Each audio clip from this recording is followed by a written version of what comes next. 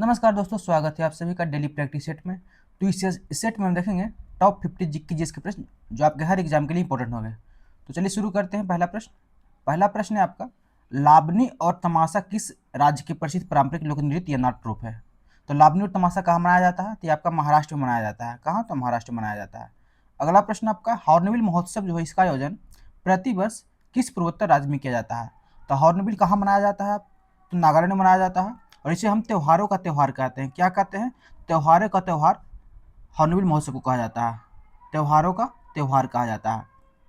अगला प्रश्न है, पुष्कर मेला प्रतिवर्ष राजस्थान के किस जिले में आयोजित किया जाता है? तो पुष्कर मेला प्रतिवर्ष राजस्थान में मनाया जाता है, राजस्थान के अजमेर में मनाया जाता है। ठीक है। वारली चित्रकला का संबंध किस भारतीय राज्य की जनजातीय परंपरा से है? तो वारली चित्रकला जो है महाराष्ट्र में मनाया जाता है। उस्ताद अजमत अली खान जो है इसका संबंध किस शास्त्रीय वाद्य यंत्र से है? तो उस्ताद अजमत अली खान। तो इसका संबंध जो आप हो जाएगा सरोद से। किन से हो जाएगा? सरोद से। इन्हें जो है 2001 में इन्हें पद्म विभूषण से सम्मानित किया गया था। पद्म विभूषण से आपका सम्मानित किया गया था। इसको ध्यान रखिएगा, ये एग्जाम में पूछ सकता है। मीनाक्षी सुंदरेश्वर मंदिर जो है तमिलनाडु के किस ऐतिहासिक शहर में स्थित है? मीनाक्षी सुंदरेश्वर मंदिर तमिलनाडु में स्थित है और ये मदुरई सिटी में है। कहाँ? तो मदुरई में। संयुक्त राष्ट्र विकास कार्यक्रम का मुख्यालय कहाँ है? न्यूयॉर्क में। कहाँ है? न्यूयॉर्क में। इसकी स्थापना कब हुआ था? 1965 में हुआ था। जोग जलप्रपात जो है किस राज्य के शरावती नदी पर स्थित है? तो जोग या गरछोप्पा जो है कर्नाटक में है। कहाँ है? तो कर्नाटक में। भारत में कितने राज्य समुद्री तटरेखा से लगे हुए हैं? तो समुद्री तटरेखा से लगे हुए भारत में टोटल कितने राज्य हैं? टोटल 9 राज्य हैं। सबसे ज़्यादा कौन लगता है? तो गुजरात लगता है। ठीक है। सबसे ज़्यादा टच कौन करता है? तो गुजरात करता है। इसको ध्यान रखिएगा। कौन? तो गुजरात। चिल्का झील किस राज्य के तटीय क्षेत्र में स्थित है? चिल्का झील ओडिशा में है। 11 के जनगणना के अनुसार भारत का सबसे अधिक लिंगानुपात वाला राज्य कौन हो जाएगा? केरल है। कौन है? केरल। यहाँ कितना? तो 1084 पर प्रति हजार पुरुष है।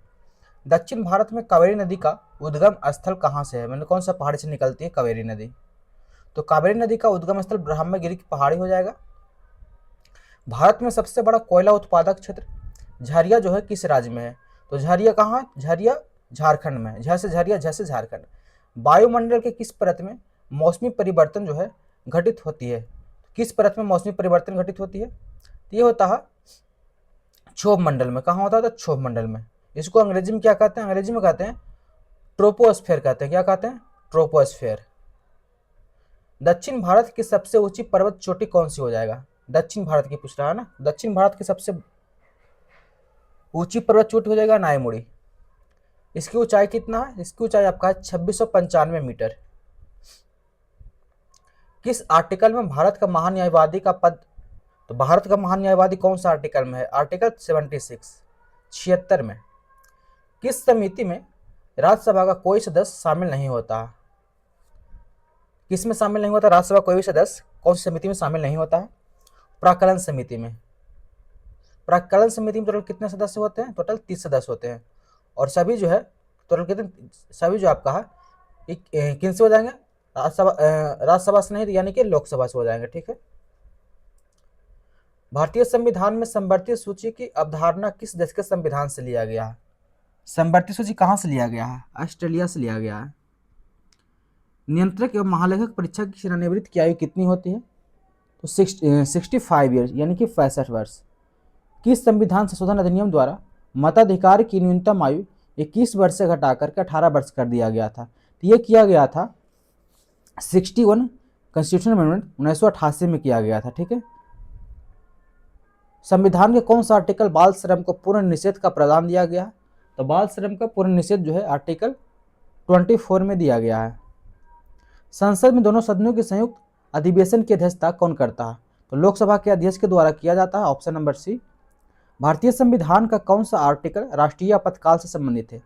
तो राष्ट्रीय आपातकाल आर्टिकल 352 हो जाएगा। वित्तीय 360 हो जाएगा। राष्ट्रपति शासन 356 हो जाएगा। सभी ध्यान रखिएगा।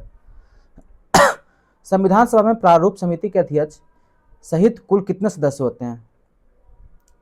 प्रारूप समिति में टोटल सदस्यों की संख्या कितनी होती है? तो 7। सॉरी, प्रारूप समिति अध्यक्षों के अध्यक्ष सहित कुल कितने सदस्य थे? हाँ, टोटल 7 थे। कितने थे? तो 7। सिंधु घाटी सभ्यता में कौन सा स्थल जो है जतु खेती के साक्ष्यों के लिए फेमस है? तो कालीबंगन हो जाएगा। कालीबंगन कहाँ है? तो ये आपका राजस्थान में है। कहाँ है? तो राजस्थान में है। बौद्ध धर्म के द्वितीय संगीतिक आयोजन जो है किस शासक के शासनकाल में किया गया? द्वितीय पूछ रहा, द्वितीय जो आपका कालाशोक में किया गया था। दिल्ली सल्तनत में दीवान-ए-कोही नामक कृषि विभाग की स्थापना किसने किया था? दीवान-ए-कोही, दीवान-ए-कोही मोहम्मद बिन तुगलक के द्वारा किया गया था। ऑप्शन नंबर सी हो जाएगा। विजयनगर साम्राज्य का प्रसिद्ध विट्ठल मंदिर किस स्थान पर स्थित है? विट्ठल मंदिर कहाँ है? तो हम्पी में है। कहाँ है? हम्पी में। अकबर के शासनकाल में भू राजस्व सुधारों का श्रेय जो है किसे दिया जाता है? यह दिया जाता है राजा तोडरमल को। राजा टोडरमल को। 1857 के विद्रोह के समय दिल्ली में सैन्य नेतृत्व किसने किया था? बख्त खान ने किया था। किसने किया था? दिल्ली से बख्त खान ने। सत्यशोधक समाज की स्थापना किस समाज सुधारक ने किया था? सत्यशोधक समाज ज्योतिबाराव फुले। ज्योतिबाराव फुले। कब हुआ था? 1873। 1929 में लाहौर अधिवेशन की अध्यक्षता किसने किया था? पंडित जवाहरलाल नेहरू ने किया था। और इसी में जो आप कहा 29 में पूर्ण स्वराज की मांग किया गया था। किसका मांग किया गया था? तो पूर्ण स्वराज की मांग किया गया था। खेड़ा सत्याग्रह का नेतृत्व जो है मुख्य रूप से किसने किया था? तो खेड़ा सत्याग्रह का नेतृत्व महात्मा गांधी के द्वारा किया गया था। कब हुआ था खेड़ा सत्याग्रह? ये हुआ था 1918 में। कहाँ हुआ था? तो गुजरात में हुआ था।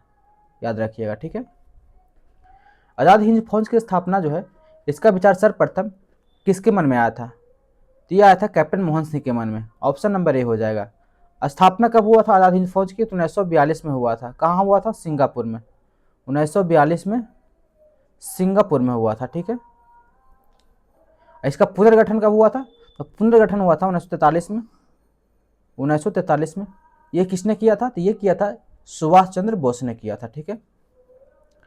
कंप्यूटर के स्थान में मस्तिष्क के रूप जो है कंप्यूटर का मस्तिष्क किसे कहते हैं? तो सीपीयू को कहते हैं, सेंट्रल प्रोसेसिंग यूनिट को।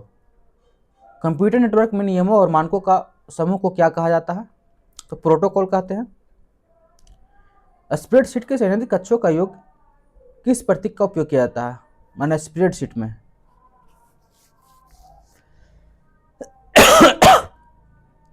इसमें उपयोग करते हैं हम सिग्मा का।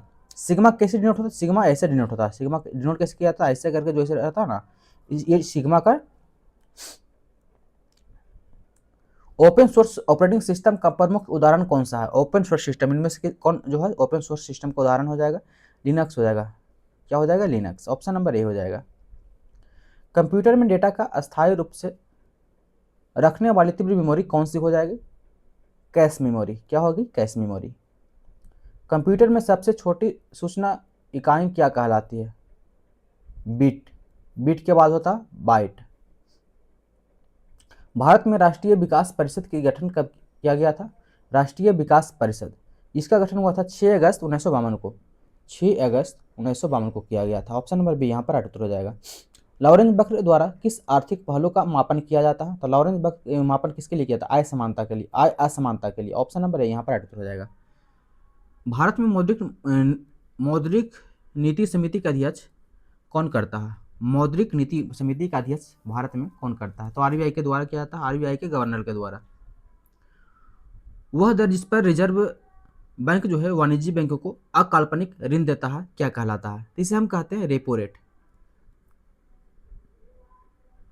न्यूटन के प्रथम नियम मुख्य रूप से किस संकल्पना का परिभाषित करता है? तो जड़त्व को नियम को। पानी में डूबता हुआ सिक्का अपनी वास्तविक गहराई से ऊपर उठा हुआ किस प्रकाश से घटना के कारण दिखाई देता है? ये दिखाई देता है प्रकाश के अपवर्तन के कारण। ऑप्शन नंबर बी हो जाएगा।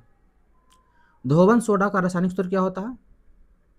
तो धोवन सोडा का रासायनिक सूत्र, और यहाँ पर रासायनिक आपका नाम पूछ रहा है, तो रासायनिक सूत्र याद रखिएगा Na2CO3 10H2O, ठीक है।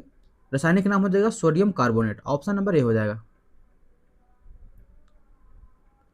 मानव शरीर में रक्त का थक्का जमने के लिए कौन से विटामिन आवश्यक होते हैं? तो विटामिन के। क्या होते हैं? तो विटामिन के। ऑप्शन नंबर डी हो जाएगा। पौधों में जल और खनिज का परिवहन किस ऊतक के द्वारा किया जाता है? तो जल और खनिजों का परिवहन जो है ये किया जाता है जाइलम के द्वारा, ठीक है। और ये आपका एक दिशीय होता है, और फ्लोएम जो है द्विदिशीय होता है, ऊपर भी जाता है नीचे भी जाता है, इसको ध्यान रखिएगा। कमरे के तापमान पर द्रव अवस्था में रहने वाली एकमात्र धातु कौन सी हो जाएगी? पारा हो जाएगा, ठीक है।